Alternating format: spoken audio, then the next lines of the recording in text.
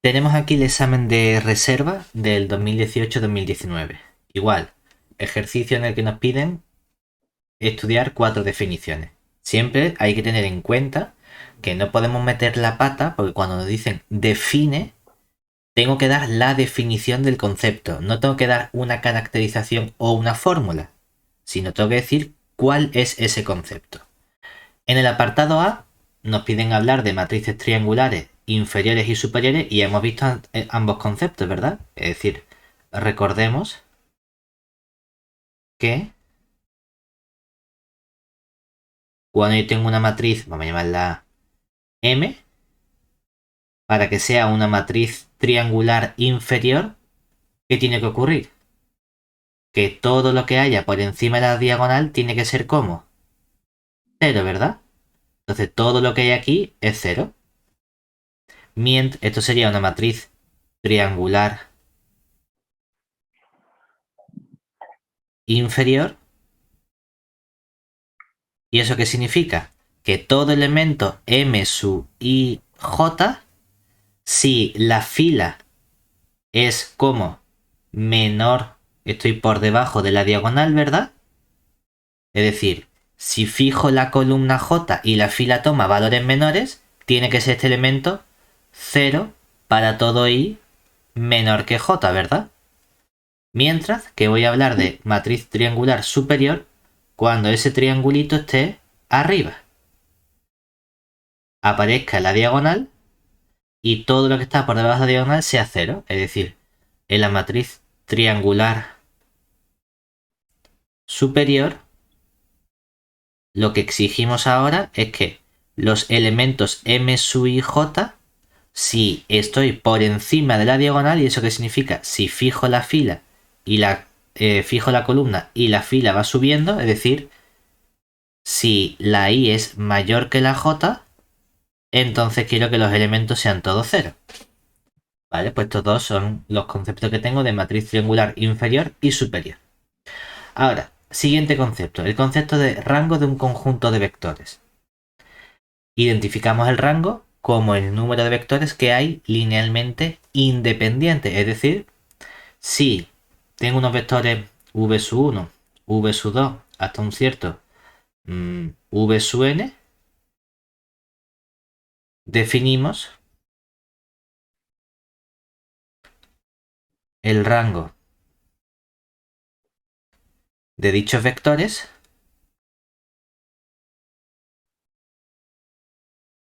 como el número de vectores linealmente independientes.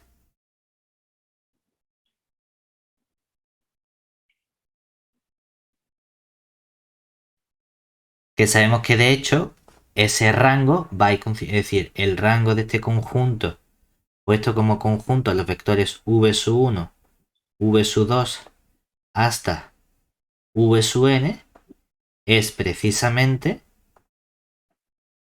o coincide con el rango de la matriz formada por los vectores v sub 1 puestos por columnas. Que también coincidiría con los vectores puestos por fila, pero aquí trabajamos siempre con vectores puestos por columna, ¿de acuerdo? Ahora, vamos a trabajar con la suma y la suma directa de subespacios vectoriales, es decir, sean, vamos a coger L1 y L2 contenidos en V, subespacios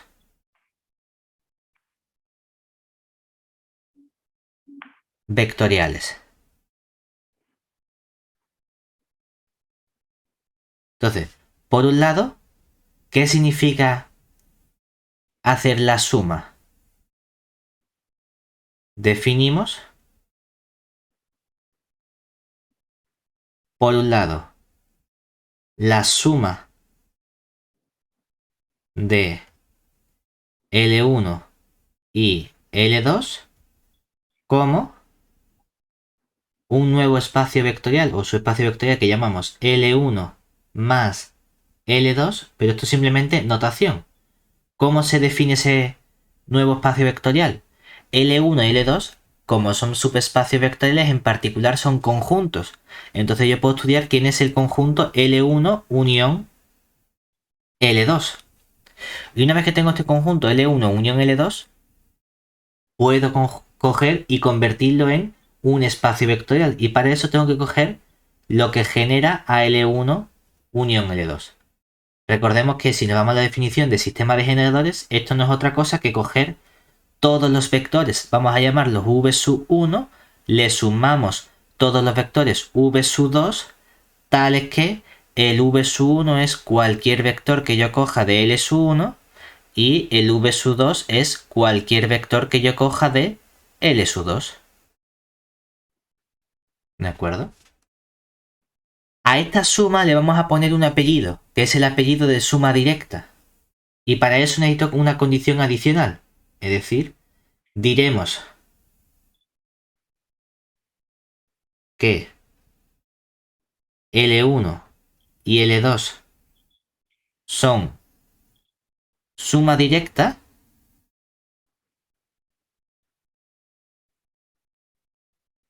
y lo denotaremos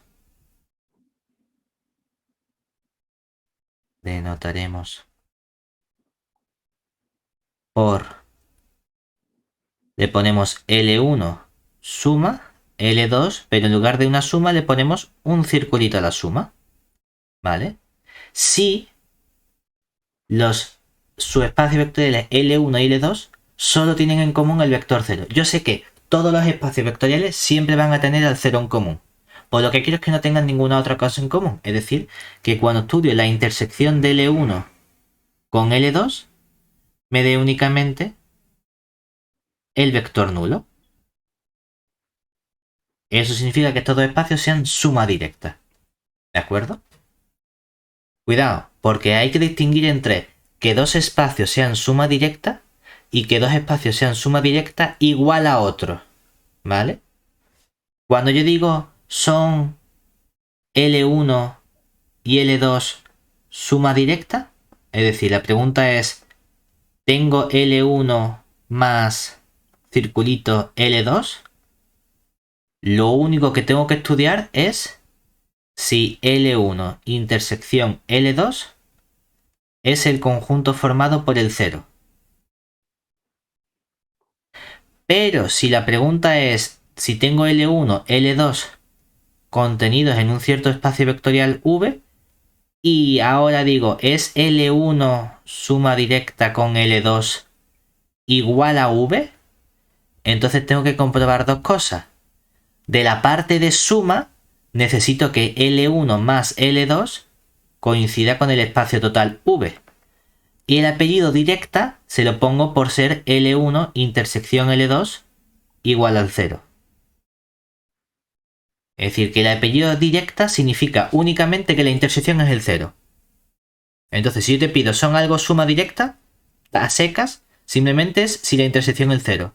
Si te digo es esta recta suma directa con este plano igual a este espacio, entonces tengo que comprobar también si la suma coincide con ese espacio. ¿De acuerdo? Vale. Ahora, concepto de homomorfismos. Vamos a ver qué significa que tenga una aplicación lineal inyectiva o una aplicación lineal sobreyectiva. Que nos dicen que aplicación lineal inyectiva lo llamo monomorfismo y aplicación lineal sobreyectiva lo llamo epimorfismo. Bueno, es un concepto que viene únicamente de la parte de aplicación. Lineal es un apellido que le pongo a la aplicación. Entonces, sea f una aplicación lineal, es decir, L de UV, decimos que, por un lado, F es un monomorfismo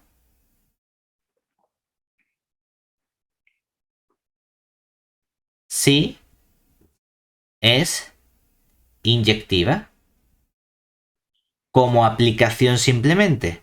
Es decir, si que debe verificarse como aplicación entre conjuntos si las imágenes f de u coincide con la imagen f de v, entonces el vector u debe coincidir con el vector v. Mientras que hablamos de un epimorfismo, es decir, f es un epimorfismo si es sobreyectiva, pero sobreyectiva como conjunto, es decir, si ahora lo que tengo es que para todo vector v del espacio al que llega mi aplicación f, que llega al espacio mayúscula v, existe un vector u del espacio vectorial u tal que el vector v es imagen del vector u. Que estos dos conceptos son simplemente los conceptos de aplicación inyectiva y de aplicación sobreyectiva. Solo que aparte esa aplicación es una aplicación lineal. Ya está. ¿Vale? También hemos visto, o también sabemos que tiene una caracterización utilizando la dimensión del núcleo y la dimensión de la imagen. Pero eso es una caracterización, no es la definición de inyectividad y sobreyectividad. Es decir, nosotros sabemos que para que una aplicación sea inyectiva, en particular tiene que ocurrir que el núcleo de la aplicación sea el vector 0 únicamente. Pero eso no es la definición, es una caracterización. Y también sabemos que es sobreyectiva cuando la imagen de la aplicación es todo el conjunto total V. De nuevo, no es la definición, es una caracterización. Hay que tener cuidado porque si yo hubiese dicho, no, un monomorfismo significa por definición que el núcleo es cero. No, por definición no. La definición es que si tengo imágenes iguales, los vectores son iguales. Esto es una formulita que tengo para estudiar esta cosa más fácilmente en lugar de la definición. O si digo, no, es que f epimorfismo significa que la imagen es el conjunto total v. No, eso no es lo que significa. Que f sea un epimorfismo significa que todo vector es imagen de alguien. Que resulta que eso significa que la imagen de f es v. Eso es otra cosa, una caracterización, pero no es la definición. ¿De acuerdo? Venga. Vale, y arriba has puesto CAF perteneciente. ¿A qué has puesto? Es una L en lugar de escribir una L, porque son aplicaciones lineales, cuando escribimos estos conjuntitos nos gusta más poner lo que se llama las L's caligráficas, es decir, una L así con rabito y bonita, ¿sabes? Vamos, que viene de lineal simplemente. Pues son las aplicaciones lineales que van de U en V. ¿De acuerdo? Pero eso sería lo mismo que poner el F de V de U en V, ¿no? Claro, sería lo mismo decir, cuando yo digo F perteneciente a L caligráfica de UV, esto lo que significa por definición es que F es una aplicación que va de U en V, vale. Pero no es una aplicación cualquiera, es una aplicación lineal. Vale. Ahora, claro, ¿por qué escribimos esto? Porque fíjate aquí, esto es lo único que yo tengo que escribir, ¿verdad? Frente a todo esto. Hombre, pues esto ocupa mucho más espacio, tiempo y trabajo, ¿verdad? Por eso decimos, bueno, pues simplemente F perteneciente a L de UV. ¿Vale? Vale. Venga, vamos ya con el primer ejercicio. Aquí, ejercicio de matrices. Me dan dos matrices cuadradas de orden n. Me piden probar que si A es antisimétrica y B es simétrica, entonces el producto de A por B es una matriz antisimétrica si y solo si A y B conmutan. ¿Qué sabemos nosotros? Nosotros sabemos que, por un lado, ¿qué significa que A sea antisimétrica?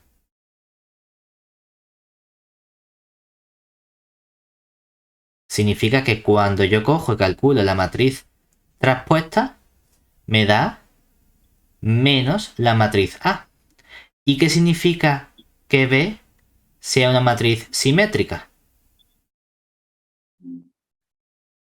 significa que cuando cojo la matriz traspuesta, me da la propia matriz B, ¿verdad? Pero entonces, para ver si el producto de A por B es antisimétrica, tendría que estudiar qué pasa con el producto A por B y todo eso traspuesto, ¿verdad? La pregunta es, ¿esto me va a dar, que no lo sabemos, me va a dar menos la matriz A por B? No lo sé, vamos a verlo. Es decir, vamos a estudiar qué ocurre con este producto. Ah, es que tenemos una propiedad de las matrices. Cuando se multiplican dos matrices y se transpone, nos encantaría que fuese la traspuesta de una por la traspuesta de otra, ¿verdad? Y eso es cierto, solo que el orden se intercambia. En lugar de tener A traspuesta por B traspuesta, lo que se tiene es la matriz B traspuesta por la matriz A traspuesta. Esto siempre es cierto. Ahora, en este ejercicio, ¿cómo es la matriz B? La matriz B es simétrica, ¿verdad? ¿Y eso qué significa? Como la matriz B es simétrica, B traspuesta es la propia matriz B. Ah, y la matriz A es una matriz antisimétrica. ¿Y eso qué significa? Que cuando transpongo la matriz A, ¿quién me queda? Me queda menos la matriz A. O sea que fíjate, aquí que me queda, aquí me queda menos la matriz B por A. ¿Y yo qué quiero que ocurra? Quiero que ocurra precisamente que esto, en lugar de ser B por A, hubiese salido A por B, ¿verdad? Entonces, a mí me piden mostrar este sí y solo sí, ¿verdad? Como tengo un sí y solo sí, lo puedo hacer por doble implicación, ¿cierto? ¿Doble implicación qué significa? Vamos a estudiar entonces una implicación, por ejemplo, de derecha a izquierda. Obviamente, si A y B conmutan,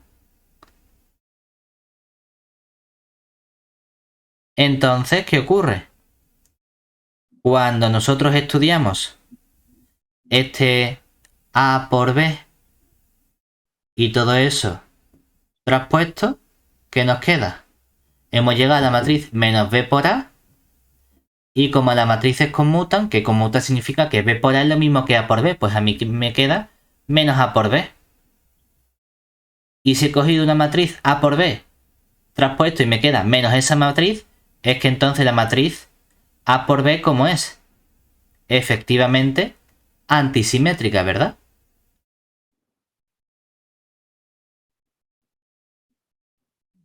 Mm. Es decir, esta implicación, trivial. Ya tenemos que estudiar la otra implicación, ¿verdad? Que sería, si son antisimétricas, probar que entonces A y B conmutan. Si ahora, si A y B, si A por B, perdón, si A por B es antisimétrica,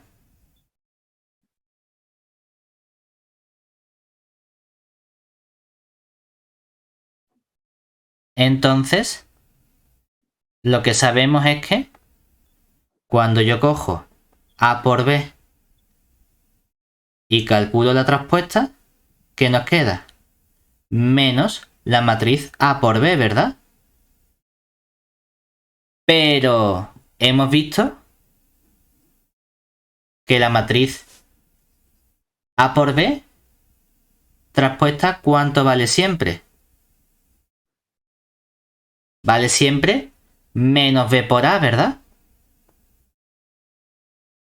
Pero si estas dos cosas tienen que ser iguales entonces, ¿a qué llegamos?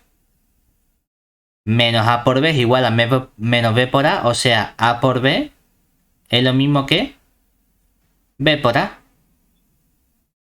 Y efectivamente las matrices A y B conmutan. Ah, pues aquí tengo mi sí y solo sí. ¿Sencillo este ejercicio?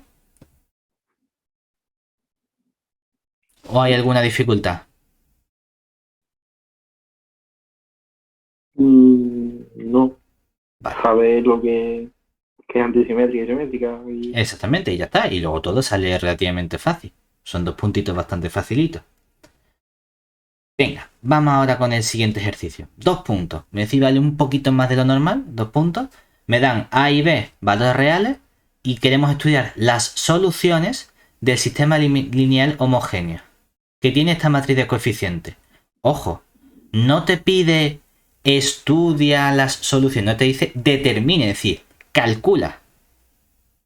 Aquí vamos a tener que saber, primero vamos a hacerlo en 2 pasos. Vamos a estudiar cuándo tengo soluciones y luego vamos a calcular las soluciones para todos los parámetros que haya. ¿Vale? Entonces, primero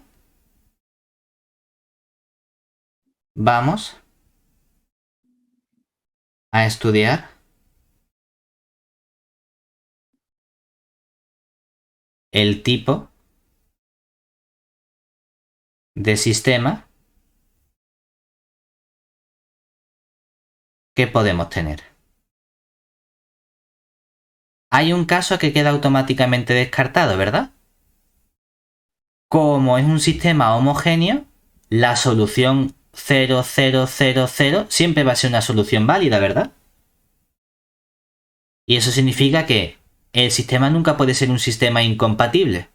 Va a tratarse o bien de un sistema compatible determinado o de un sistema compatible indeterminado. Es decir, o hay una única solución o hay infinitas soluciones. Bueno, pues vamos a ver qué pasa en función de estos parámetros. Y para eso, ¿qué vamos a hacer? Vamos a escalonar la matriz, ¿no? Porque todo depende de qué ocurra con el rango. Pues cogemos nuestra matriz A, que es la matriz A, B, 0, 0, la 0, A, B, 0, la 0, 0, A, B y la B, 0, 0, A. Y la primera de frente porque a nosotros nos gustaría tener pivotes, ¿verdad? Elementos que siempre sean cero, distintos de 0. Pero aquí tengo una letra A que puede ser 0 o no, no me sirve como pivote. Y aquí tengo una letra B que puede ser 0 o no, no me sirve como pivote. Por lo tanto, aquí ya de entrada tengo que hacer una suposición que sería o la A o la B, a ver cuál puede ser distinta de 0. Bueno, pues vamos a hacer como la A aparecía primero, supongamos que la A es distinta de 0, ¿verdad? Si la A es distinta de 0, ¿qué voy a hacer? Voy a simplificarme la primera ecuación y voy a dividir por A. Es decir, cojo 1 entre A por la primera fila. De este modo, ¿qué me queda? Si divido entre A, que puedo dividir porque es distinto de 0, ¿cómo quedaría todo esto? Quedaría como la 1, 0, 0, B partido por A. Y el resto es la B, A, 0, B partido por A. Perdón, aquí simplemente 0. Todavía no he sumado, estaba ya pensando en la suma. Y aquí la 0B A 0 y aquí la 0 0 B A. ¿Qué voy a hacer? Voy a restar abajo, ¿verdad? Entonces, a la segunda fila le voy a restar B veces la primera fila. Me queda 1, 0, 0, B entre A. Y ahora cuando resto B veces, aquí me queda un 0, aquí me queda una A, aquí me queda un 0, y resto me queda un menos B cuadrado partido de A. Y el resto lo dejo igual, 0, B, A, 0, 0, 0, B, A. ¿De acuerdo? Vamos a seguir simplificando. Como este A es distinto de 0, aquí habíamos dividido entre A, pero podía haber hecho la cuenta sin dividir entre A. ¿De acuerdo? Lo que vamos a hacer es, para conseguir ahora un 0 aquí, ¿qué tengo que hacer? Lo que tengo que hacer es, a la tercera fila, le voy a restar. Primero me elimino esta A, es decir, divido entre A. Y luego, cuando ya tengo entonces aquí un 1, multiplico por B. La segunda fila, ¿verdad? ¿Y qué nos va a quedar? Nos va a quedar la 1, 0, 0, 0. Aquí nos queda la 0, A. He hecho esta operación para que aquí me quede un 0. Y ahora aparece aquí 0, 0, A, B, esto no se ve afectado. Aquí tengo B partido de A. Aquí tengo menos B cuadrado partido de A. Y ahora, cuando multiplico menos por menos se convierte en más. B por B cuadrado es B cubo. A por A cuadrado, por A me queda A cuadrado. Es decir, me queda un B cuadrado partido. B cubo partido A cuadrado. Y aquí tengo mi constante A. Por último, voy a hacer el mismo paso de la cuarta a la tercera, ¿verdad? Es decir, a la cuarta fila le voy a restar B partido por A por la tercera fila. De este modo, ¿qué consigo? Tengo aquí un 1, 0, 0, 0. Tengo aquí un 0, A, 0. Bueno, además voy a hacer otro pasito que voy a simplificar estos numeritos para que me queden 1. Es decir, voy a hacer 1 partido por A por la segunda fila. Y voy a hacer también 1 partido por A por la tercera fila. Así esta fila divido entre A se convierte en la 1, 0. Aquí tengo el 0 B partido por A. Si divido la segunda entre A me queda 0 menos B cuadrado entre A al cuadrado. Aquí tengo un 1 y si divido esto entre A me queda B al cubo entre A al cubo. Y la última lo he hecho para que este sea un 0, ¿verdad? Y cuando resto, ¿qué hago? Al A le resto B a la cuarta entre A la cuarta. Entonces, yo sé que seguro esta matriz tiene rango de momento 3, ¿verdad?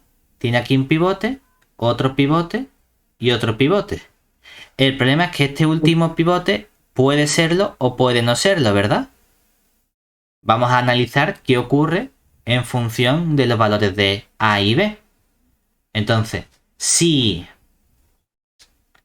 ese último elemento, que sería A menos B a la cuarta partido A a la cuarta, es distinto de 0, entonces el rango de A vale 4 y tenemos un sistema compatible determinado, ¿verdad? Además, ¿cuáles serían las soluciones? Si llamamos, por ejemplo, a las soluciones de mi sistema como es X, vamos a llamar X al vector columna dado por X sub 1, X sub 2, X sub 3 y X sub 4, ¿verdad?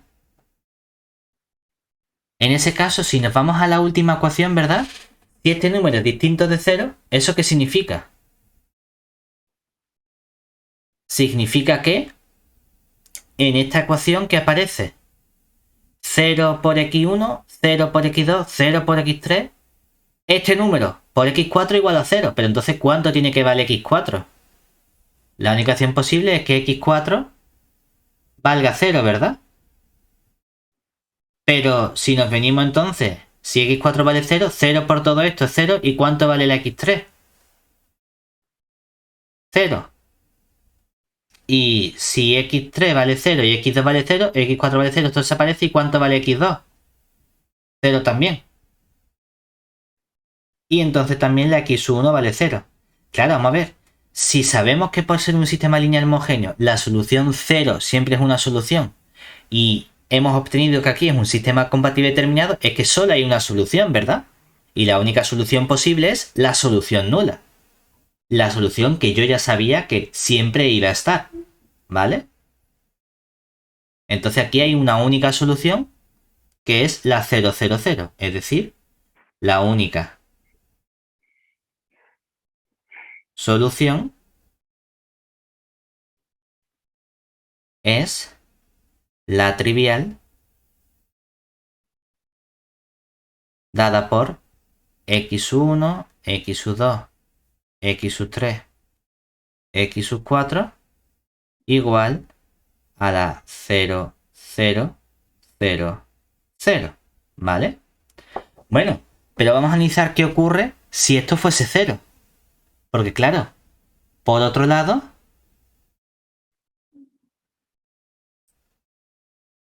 veamos qué ocurre si a menos b a la cuarta partido por a la cuarta vale 0.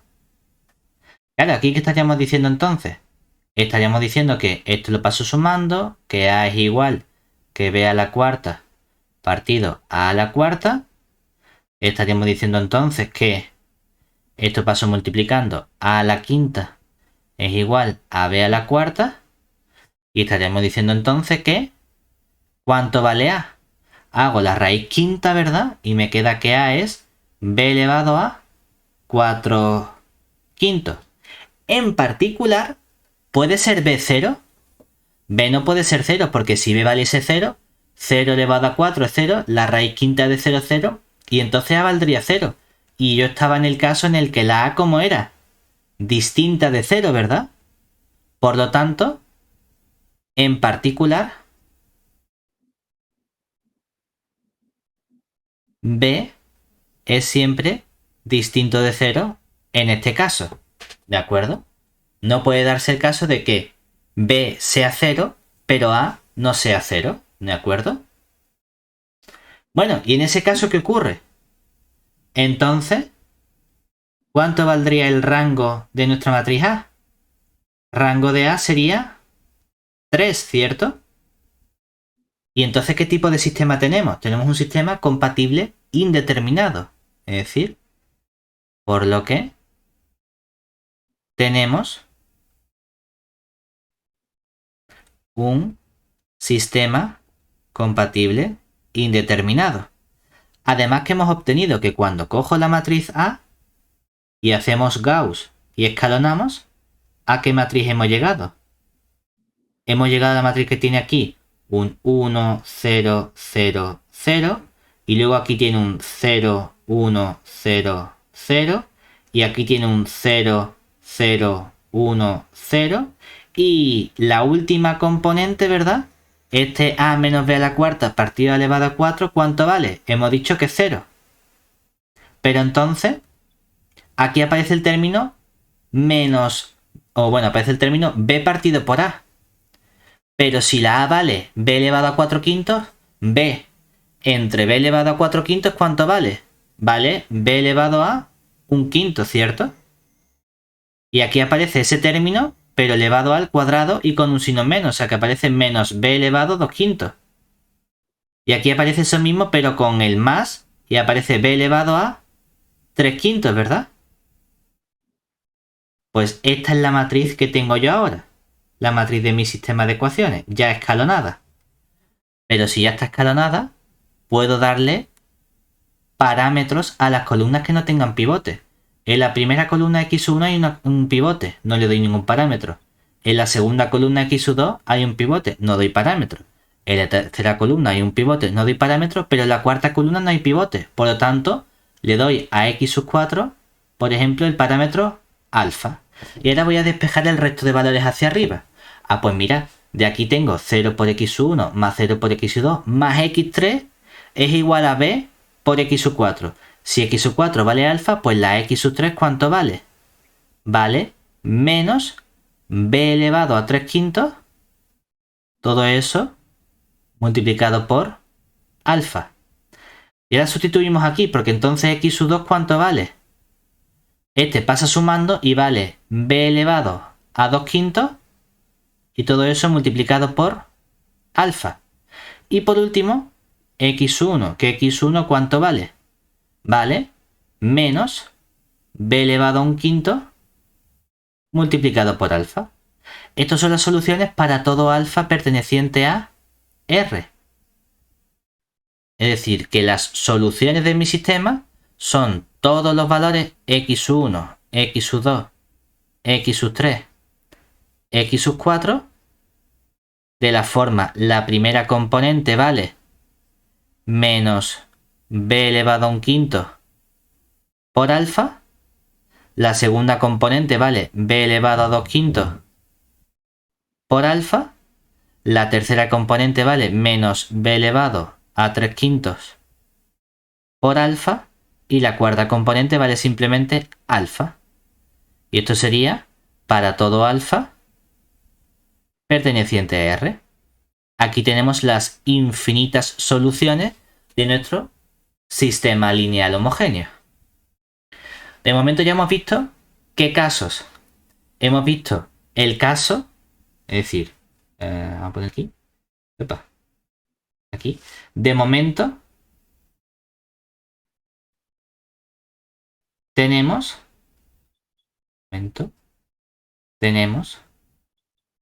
los casos. Caso 1, a igual a 0 y ese valor a menos b elevado a 4 partido por a elevado a 4 distinto de 0, ¿verdad? Perdón, a distinto y esto distinto. Y tenemos también el caso a distinto de 0 y este valor a menos b elevado a 4 partido a elevado a 4 igual a 0. ¿Qué nos falta ahora? Nos falta ver qué pasa cuando la a vale 0. Bueno, pues vamos a ver qué ocurre entonces. Claro, eso significa que nos vamos al principio de nuestra matriz y no podemos aprovechar ninguno de estos pasos que hemos hecho, porque el primer paso nos implica suponer que la a es distinto de 0. Bueno, pues vamos a irnos a ver qué ocurriría ahora si la a vale 0. Entonces, si ahora hacemos primero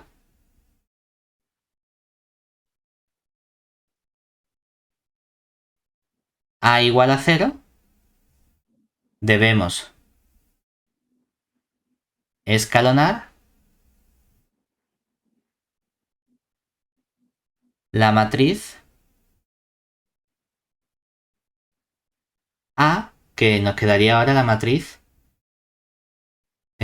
como la A es 0, un poquito mejor, como la A minúscula 0 nos queda 0B, 0, 0, luego la 0, 0, B, 0, la 0, 0, 0, B y la B, 0, 0, 0. Hombre, es verdad que nos podemos poner a escalonar, pero es que al final, cuando nos ponemos simplemente a intercambiar las filas de forma adecuada, ¿verdad? Que esto en un examen no deberíamos hacerlo, deberíamos poner todos los pasitos, pero es que dice, mira, simplemente esta fila la pone la primera como la B0, 0, 0. Ahora esta la pone la segunda como la 0B, 0, 0. Esta la pone la tercera como la 0, 0, B, 0. Y esta que está la primera la pones ahora la cuarta como la 0, 0, 0, B. ¿Qué vemos de forma trivial en esta matriz? Es que esta matriz es simplemente la matriz B veces multiplicada por la identidad, ¿verdad? ¿De qué depende? De si este número por el que estoy multiplicando es 0 o no. Es decir, que en este caso, el rango de la matriz A, ¿cuánto vale? Pues vale 4 si el B es distinto de 0. Y si el B es distinto de 0, entonces tengo un sistema compatible determinado, ¿verdad? Y si tengo un sistema compatible determinado, ¿cuál es la única solución? La solución trivial 0, 0, 0, 0. Es decir, en este caso, solo tenemos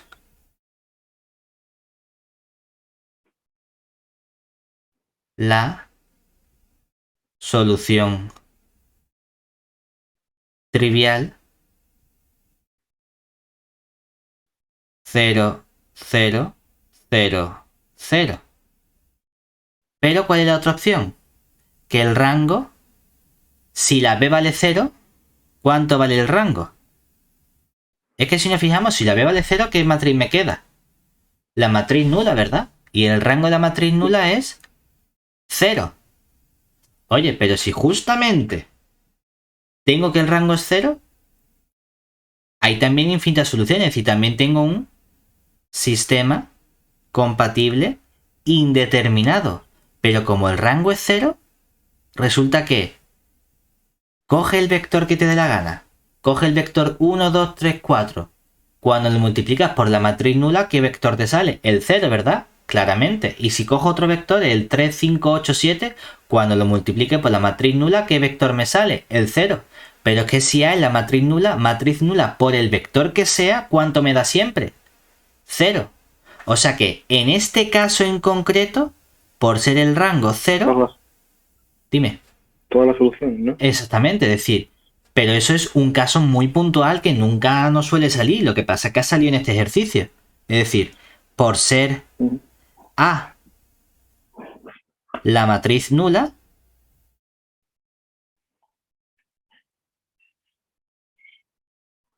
las soluciones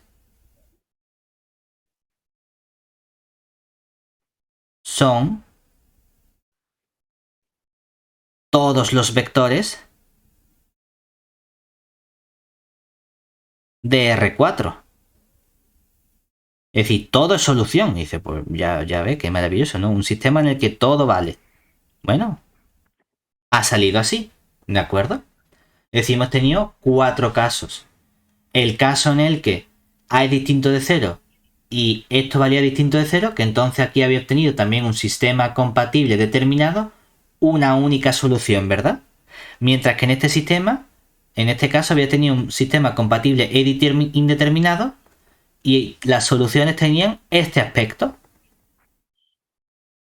Tercer caso, cuando A vale 0 y la B es distinto de 0, entonces tenía un sistema compatible determinado. De nuevo, solo la solución trivial. Y cuarto caso, si la B vale 0 y la A vale 0, sistema compatible indeterminado y todos son soluciones. Hemos hecho también lo de calcular las soluciones porque aquí la palabra que aparece es determine. Y determine significa calcula las soluciones del sistema. No solo estudia el sistema, sino también cuando tú digas que tiene solución, dime cuáles son las soluciones. ¿Vale? Por eso hemos tenido que hacer también esos pasos adicionales. Si me hubiesen dicho para todo A y B, estudie las soluciones del sistema. Ah, pues estudie significa dime cuándo es un sistema compatible determinado, cuándo es incompatible o cuándo es compatible e indeterminado. Y ya está. Pero si dice determine, también las calculo. Venga, vamos ahora con el siguiente. Ejercicio 3, que este ya es el último ejercicio, es decir, tiene 3 ejercicios y el ejercicio de teoría. Ahora, también vale 3 puntos, es decir, vale un poquito más. Me dicen, en R3 vamos a considerar dos subespacios vectoriales. Este espacio vectorial que está dado por estas ecuaciones y esto que está dado por este sistema de generadores. A mí no me gusta poner esta L, a mí me gusta siempre poner estos paréntesis picudos y aquí el vector 1, menos 1. 1 y también a los vectores pongo la traspuesta porque son siempre vectores columnas. Aquí no se lo han puesto. No pasa nada. En el apartado A me dicen, oye, respecto de la base canónica, calcúlame las matrices de las aplicaciones lineales que cumplen que f de L1 está contenido en L2 y de modo que f de 0, 1, 0 es el vector 1, 0, menos 1. Tú dices, mira, yo no sé qué tengo que hacer, ¿verdad? Lo importante es que matriz de una aplicación respecto de la base canónica, ¿qué significa? Que debemos calcular f del 1, 0, 0, f del 0, 1, 0 y f del 0, 0, 1, ¿verdad? Además, nos hace falta para estas imágenes calcular las coordenadas respecto a la base canónica. Sí, imagínate que f del 0, 1, 0, bueno, es que justamente es el que me dan, ¿no? Pero imagínate que f del 1, 0, 0 fuese el vector 3, 4, menos 5. ¿Hace falta calcularle a esto las coordenadas respecto a la base canónica? Es que eso qué significaría. Dime, ¿por cuánto debo multiplicar el vector 1, 0, 0? ¿Y por cuánto debo multiplicar el vector 0, 1, 0? ¿Y por cuánto debo multiplicar el vector 0, 0, 1? Para que me dé no hace falta, claro. este vector de aquí. Dice, es que cuando es la base canónica, aquí tengo un 3, pues tengo que multiplicar aquí por 3. Y aquí tengo un 4, pues tengo que multiplicar aquí por 4. Y aquí tengo un menos 5, pues tengo que multiplicar aquí por menos 5. Entonces, las coordenadas de este vector, si tomase coordenadas respecto de esa base canónica, serían justamente los escalares que he obtenido aquí, es decir, el vector 3, 4, menos 5. Anda, y pues no resulta que la imagen que era el 3, 4, menos 5, cuando tomo coordenada me queda otra vez el 3, 4, menos 5.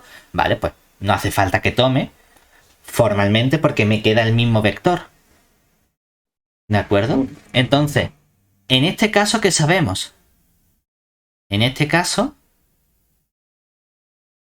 sabemos que cuando colocamos esos vectores por columnas, esos son, o eso es, la matriz de la aplicación, ¿verdad? Es decir, que cuando calculo la matriz, vamos a llamar la matriz A simplemente a esa matriz respecto de la base canónica, en ambos casos, de F. Como es un endomorfismo, solo hace falta poner una vez la base, no hace falta poner C y C porque es la misma base. Sería colocar por columna el F del 1, 0, 0. Luego, siguiente columna, el F del 0, 1, 0. Y tercera columna, el F del 0, 0, 1, ¿cierto? ¿Hay algo que yo conozca ya? Hombre, F de 0, 1, 0 me han dicho cuánto vale, ¿verdad? F del 0, 1, 0 es el vector 1, 0, menos 1. Ah, pues yo sé que entonces en la columna de en medio puedo poner de momento el 1, 0, menos 1, ¿verdad? Y de la primera columna me dan algo más de cuánto vale F del 1, 0, 0. Que va, ¿no? Bueno, pues no sé, ¿cuánto puede valer? Por ejemplo, le podemos decir que valga A, B, C. No sé cuánto, ¿verdad? ¿Y del F del 001 sé algo? Tampoco, ¿verdad? Pues vamos a llamarlo, por ejemplo, A, B, C, pues D, E, F, ¿cierto? Ah, pues tengo que buscar de momento todas estas aplicaciones. Todas las matrices que verifican esto, ¿verdad? Pero me dan más información. Me dicen que F de L1 tiene que estar contenido en L2.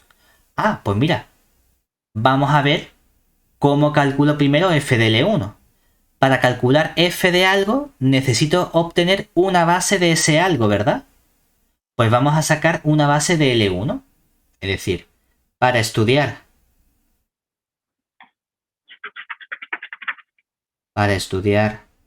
F de L1, calculamos primero una base de L1. ¿Qué tendría que hacer? Tendría que coger la matriz de coeficiente que llamo M tilde de L1. La matriz de coeficiente sería, como tengo en la ecuación 1 menos 1, 0, escalono. Es que ya está escalonada, ¿verdad? Ahora, a las columnas que no tengan pivote, le doy parámetros. La columna que no tiene pivote es la segunda, que la hemos llamado aquí Y. Pues Y toma el parámetro alfa. Y la tercera columna, que es la Z, toma el parámetro beta, ¿verdad? Despejo. X menos Y es igual a 0. X es igual a Y. Y como la Y valía alfa, pues la X también vale alfa. Y esto sería para todos alfa y beta pertenecientes a R. Pero entonces vamos a ver quién sería una base. Porque una base del S1 se obtiene como dándole valores linealmente independientes a estos parámetros. Linealmente independiente significa no le puedo dar a los dos al mismo tiempo el 0. Y si por ejemplo alfa vale 1 y beta vale 1, no puedo darle luego el valor 2 a alfa y a beta el 2. Porque es el doble de lo que le he dado antes, el dependiente. Lo más sencillo, voy haciendo 1, 0, 1, 0. Es decir, por ejemplo, ¿qué pasa cuando alfa vale 1 y beta vale 0? Que me queda el vector 1, 1, 0, ¿verdad? Y cuando alfa vale 0 y beta vale 1, nos queda el vector 0, 0, 1. Ah, pues mira qué bien. Entonces, ¿qué vamos a hacer? Queremos que f de L1 esté contenido de L2. Ya tengo una base de L1. Entonces yo sé por definición cómo se calcula f de algo.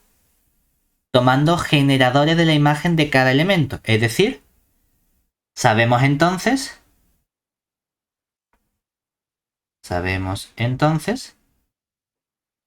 que f de L1 está cuidado porque está generado por f de cada vector de la base de L1. Un primer vector de la base de L1 era el 1, 1, 0, ¿verdad? Y un segundo vector de la base de L1 era el 0, 0, 1, ¿cierto? Decimos generado porque un homomorfismo no siempre transforma bases en bases. Es decir, no vale decir como tengo una base de L1, como hemos dicho que base de L1 es la formada por los vectores 1, 1, 0 y 0, 0, 1, entonces una base de f de L1 es f de esto y f de esto. Eso no es cierto siempre, hay que tener cuidado.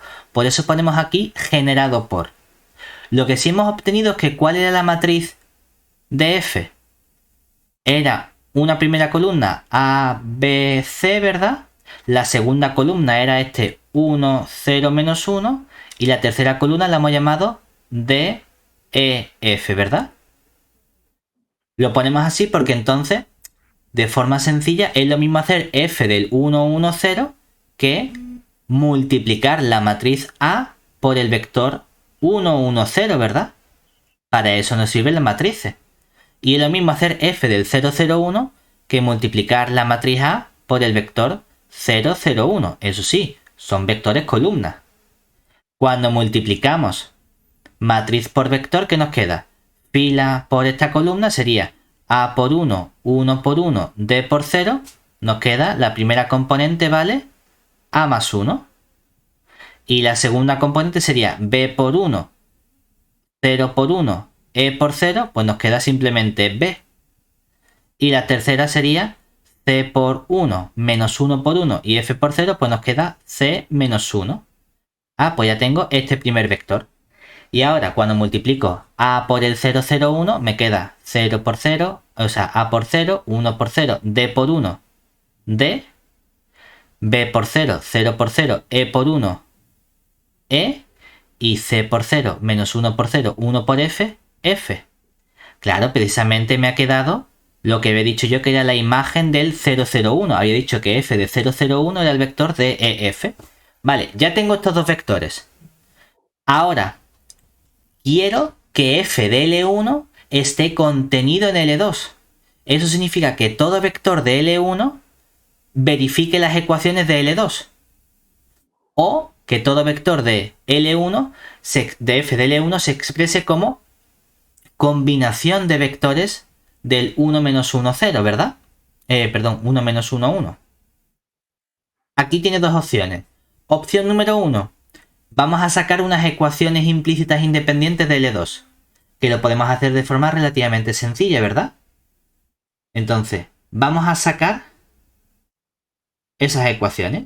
Sacamos unas ecuaciones implícitas independientes de L2. ¿Qué tengo que hacer? Tengo que coger una base de L2. Es que L2 ¿por cuántos vectores está generado? Solo por un vector. Entonces obviamente ese vector va a ser independiente porque está él solo. Y si tengo un vector independiente que genera, tengo una base de L2 que está formada por ese vector únicamente, es decir, por el vector 1, menos 1, 1. ¿Y ahora qué añado? Añado entonces mi vector de incógnitas X y Z. Y vamos a escalonar y queremos que los pivotes aparezcan solo a la izquierda del vector de incógnitas. Pues cuando escalonamos, ¿qué nos queda? Si sumamos la segunda fila con la primera y a la tercera le resto la primera, nos queda 1, 0, 0. ¿Y ahora quién vendría? X, sumo estas dos y más X, Resto z a x, pues me queda z menos x, ¿verdad? Tengo aquí un escalón y no quiero que haya más pivotes aquí, ¿verdad? Quiero que todo lo que hay aquí debajo sea 0. Entonces, ¿cuáles son las ecuaciones implícitas de L2? L2 tiene por ecuaciones implícitas a x más y igual a 0. Y como me gusta poner primero la x, para que no sea menos x más z, voy a multiplicar por menos y pongo x menos z. Todo eso igual a 0, ¿vale? Ya tenemos nuestras ecuaciones implícitas independientes. Y tengo estos vectores. ¿Estos vectores dónde deben estar? Para que f de L1 esté contenido en L2, todo vector de f de L1 debe verificar las ecuaciones de L2. ¿Eso qué significa? Que cuando yo coja este vector debe verificar las ecuaciones de L2. Y cuando coja este segundo vector, este vector también debe verificar las ecuaciones de L2. Ah, bueno, pues vamos a sustituir estos vectores en estas ecuaciones a ver qué nos quedan. ¿De acuerdo? Para eso que tenía, que cuáles eran los vectores de f de L1. F de L1 hemos dicho que estaba generado por el vector a más 1, el vector b y el vector c menos 1. Y luego aparecía el vector d, e, f. Y unas ecuaciones de L2 estaban dadas por x más y igual a 0 y por x menos z igual a 0. Entonces, para que f de L1 esté contenido en L2, imponemos que cada vector que genera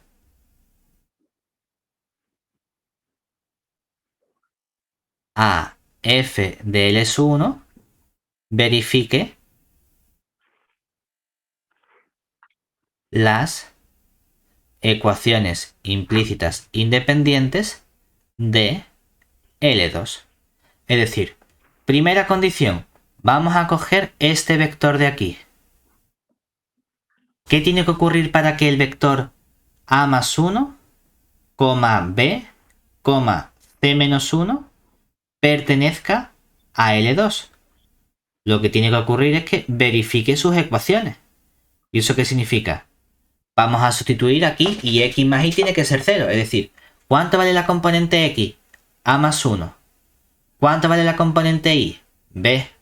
Pues a más 1 más b tiene que ser 0. Y luego, ¿cuánto vale la componente x? A más 1. ¿Y cuánto vale la componente z? C menos 1. Perdón, como resto me quedaría menos c y menos 1 me quedaría más 1 igual a 0. Pues tengo un sistema de ecuaciones, ¿verdad? Ahora, que de aquí, ¿cuántas ecuaciones tengo? 2 ecuaciones. ¿Cuántas incógnitas tengo? 3 incógnitas, ¿verdad? Lo máximo que puedo decir es despejar alguna en función de la otra. Por ejemplo, podría decir, pues no sé, la a vale menos b menos 1 y sustituyo aquí y ¿qué me queda? Como tengo a en las dos, voy a despejar la otra, voy a despejar mejor la b, ¿vale? Para que me quede entonces que la b vale menos a menos 1 y de aquí despejo la c y me queda que la c vale a más 2. Y por otro lado, tengo este vector DEF, ¿cierto? Bueno, pues vamos a imponer que el vector DEF pertenezca a L2. Ocurre lo mismo, ese vector debe verificar las ecuaciones de L2, que serían, pues la x y la y tienen que sumar 0. Es que la x vale d y la y vale e. Pues d más e tienen que sumar 0. Y luego la x que vale d menos la z que es f tienen que ser 0 también, D menos F, ¿verdad? ¿De aquí qué saco? Pues por ejemplo que la E tiene que valer menos D y que la F vale lo mismo que D, ¿verdad? Entonces, con esta información, ¿qué puedo afirmar yo sobre nuestra matriz A de nuestro homomorfismo o de nuestra aplicación lineal? La primera componente era A, B, C, ¿verdad? ¿Y cuánto vale la A? Lo que sea, ¿no? Pero ¿cuánto vale la B? La B tiene que valer menos A menos 1. ¿Y cuánto tiene que valer la C? La C tiene que valer A más 2. Y la segunda columna, esta sí la conocía explícitamente. Era la columna 1, 0, menos 1, ¿verdad? Y la tercera era la columna D, E, F. ¿Y la D quién es? La D no lo sé, lo que sea. Pero la E tiene que valer menos D. Y la F tiene que valer también D. ¿Puedo calcular más información? ¿Tengo más condiciones sobre la primera? Nada más, ¿verdad? No. Entonces, ¿hay una única matriz? No, hay montones de matrices o de aplicaciones que cumplen estas condiciones, ¿verdad? Todas las matrices de este modo, donde A y D son números reales. Bueno, hay infinitas, ¿de acuerdo? Por eso me dice calcule las matrices de todas las aplicaciones. Ah, pues las matrices son todas estas. En función de A y D obtendrás una u otra, lo que sea. ¿Vale? Fíjate que ¿cuántas incógnitas tengo aquí? Hay dos letras que desconozco, ¿verdad? La A y la D. Para sacar una única matriz me harían falta dos condiciones adicionales, ¿cierto? En el apartado B, ¿qué nos dicen?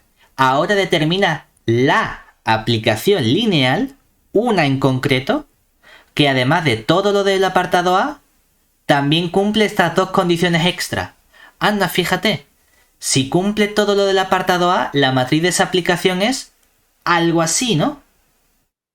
Donde tengo dos incógnitas que todavía no he podido sacar.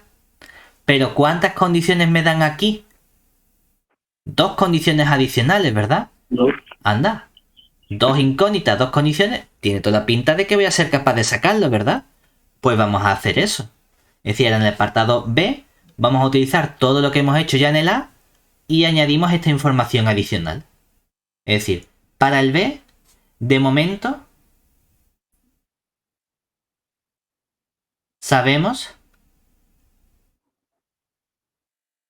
que la matriz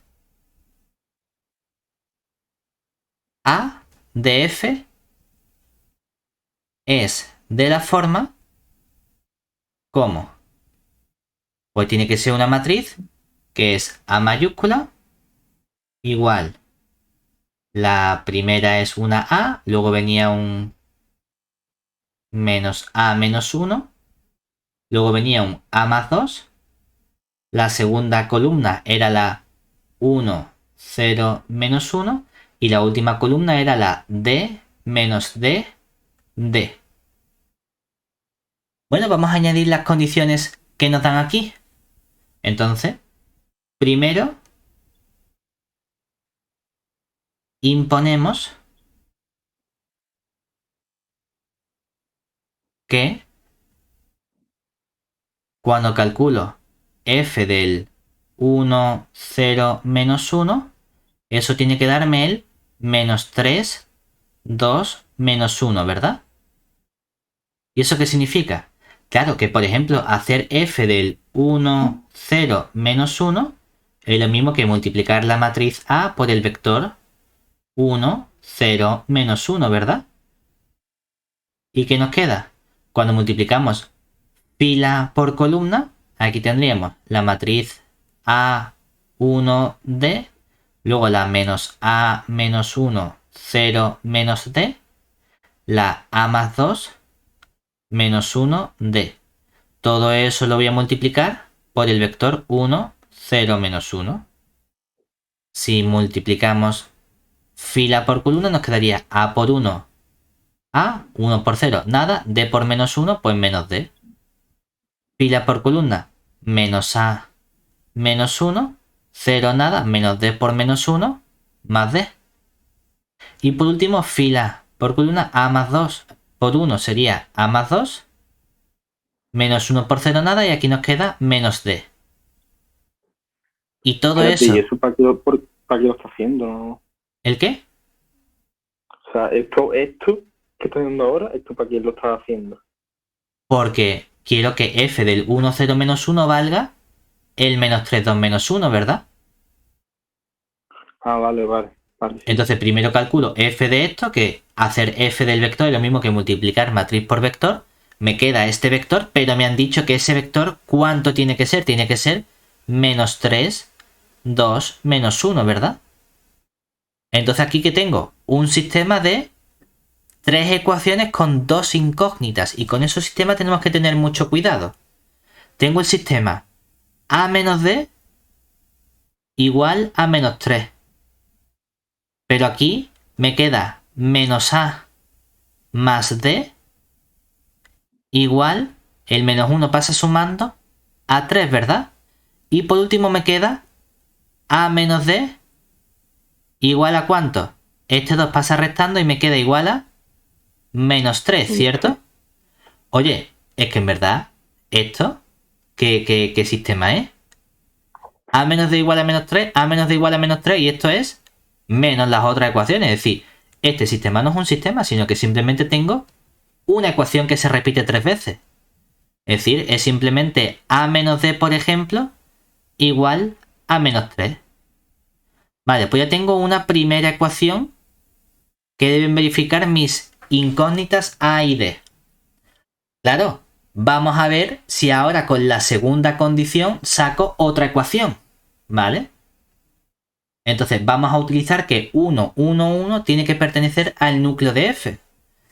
¿Cuándo un vector pertenece al núcleo de f? Recordemos que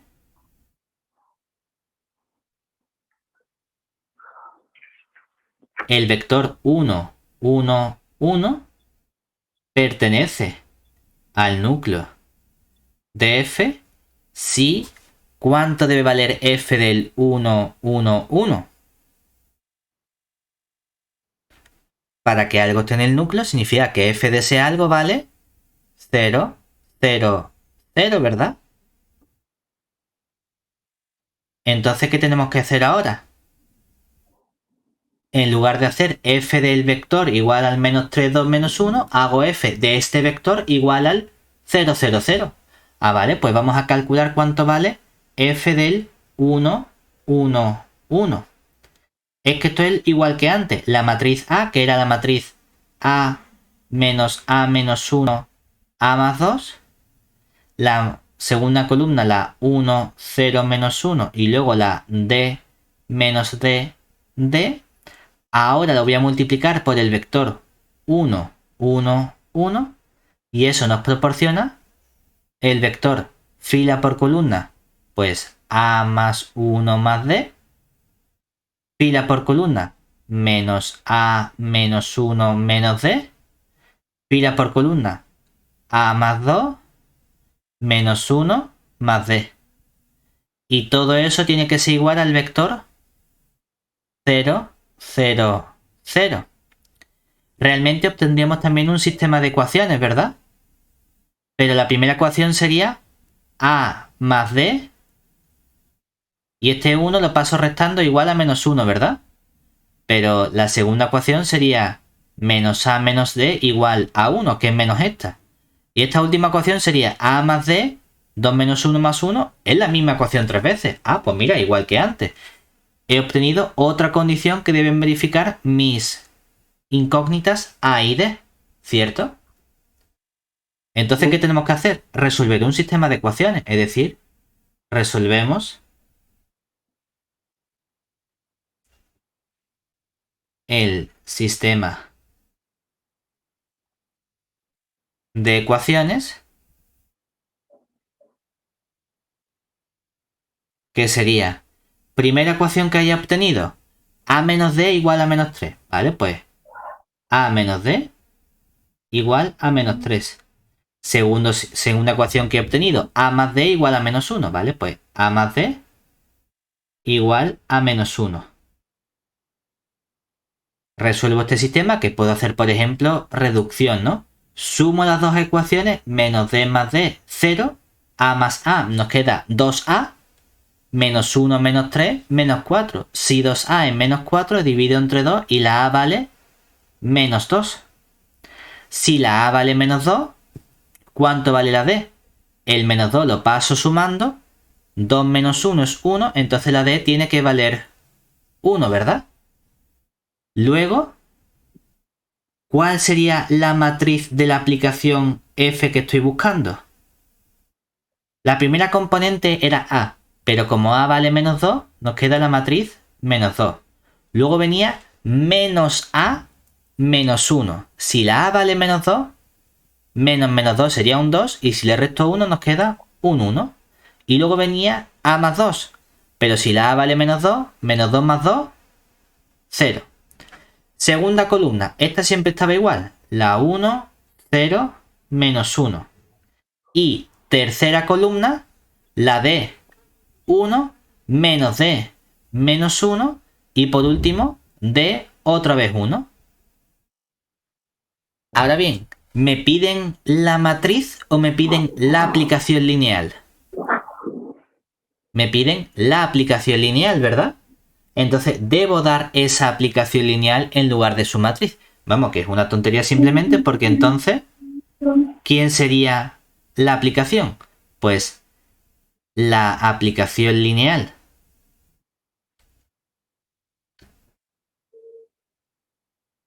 Lineal. F pedida sería la aplicación f de x y z, ¿verdad? Tengo que decir cómo actúa. Claro, que no se nos olvide que esto no es otra cosa que coger la matriz por el vector x y z. O sea que lo que yo quiero es calcular este producto y dejarlo en función de x y z. Pues fila por columna sería menos 2x más y más z, coma, fila por columna x menos z, coma, fila por columna menos y más z. Y lo ponemos traspuesta porque lo hemos puesto por fila. Que por ejemplo nos gusta ponerlo por columna. Esto es lo mismo que decir, oye, si lo pongo por columna, pondría f del vector columna x y z, ¿verdad? Y ahora pondría este vector también como un vector columna, que sería el vector menos 2x más y más z. Segunda fila sería el x menos z. Y luego vendría el menos y más z. Esto es lo que se suele llamar la expresión analítica. Es decir, la ecuación pero con las incógnitas correspondientes. Mientras que aquí lo que tenemos es la matriz de la aplicación. Es decir, la expresión matricial de esa aplicación lineal. ¿De acuerdo? Con esto tenemos ya completo el examen.